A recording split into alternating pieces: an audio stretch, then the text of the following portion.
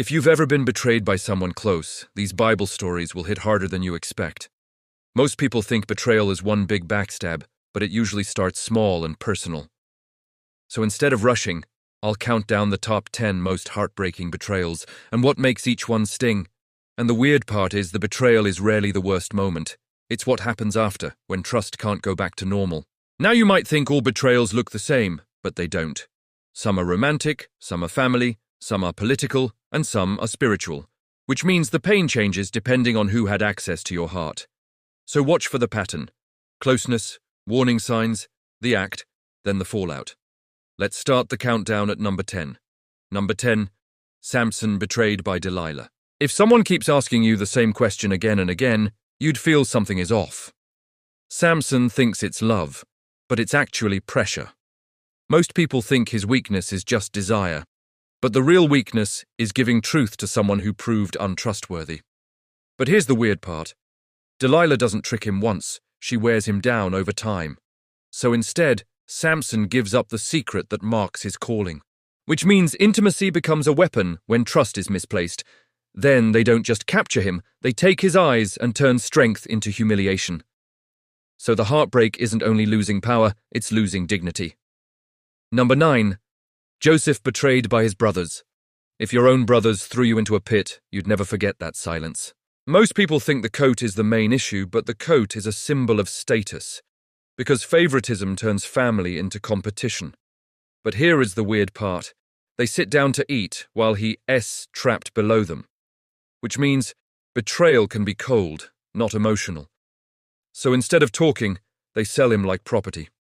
And the fallout lasts for years, not days. Would you rather be destined for greatness or safe inside your own home? Number 8. David betrayed by Saul. If your boss tried to kill you because you were good at your job, it would feel unreal. Saul starts by praising David, then jealousy takes over. Most people think it's politics, but it's fear of losing control. So instead of mentoring him, Saul throws spears and starts a hunt. But here's the weird part. David keeps honoring Saul anyway.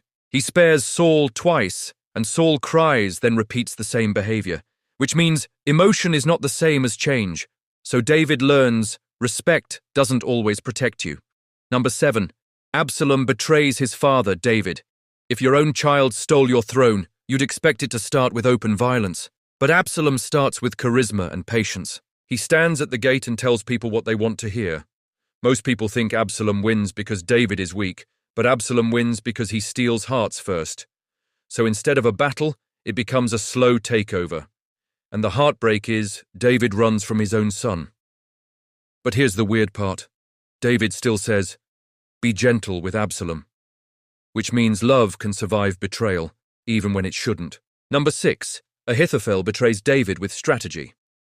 If the smartest advisor you trust switches sides, you don't just lose a friend, you lose your future plans. Most people ignore Ahithophel, but his advice was treated like gold. So when he joins Absalom, it's like David's mind has been taken away. But here's the weird part. Ahithophel's plan nearly ends David quickly, which means betrayal is deadliest when it's competent. Then his counsel fails, and he collapses under his own identity. So the betrayal doesn't just attack David, it destroys the betrayer too. Number 5. Joab betrays Abner under peace. If someone invites you aside for a private talk, you'd assume it's safe. Abner comes in peace because the king has welcomed him, but Joab pulls him aside and kills him for revenge. Most people think it's only anger, but it's also ambition, because Abner threatens Joab's position. So instead, Joab hides power hunger under justice, which means betrayal is worse when the system protects the betrayer. So Abner dies trusting a handshake. Number 4. King Joash betrays Jehoiada's family.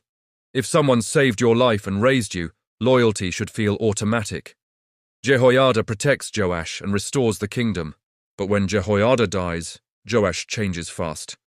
Most people think it's bad influence, but it's gratitude disappearing when accountability disappears. Then Zechariah confronts him, and Joash orders him killed in the temple court. But here's the weird part. The betrayal happens in a holy place, which means spiritual betrayal can feel even colder than personal betrayal.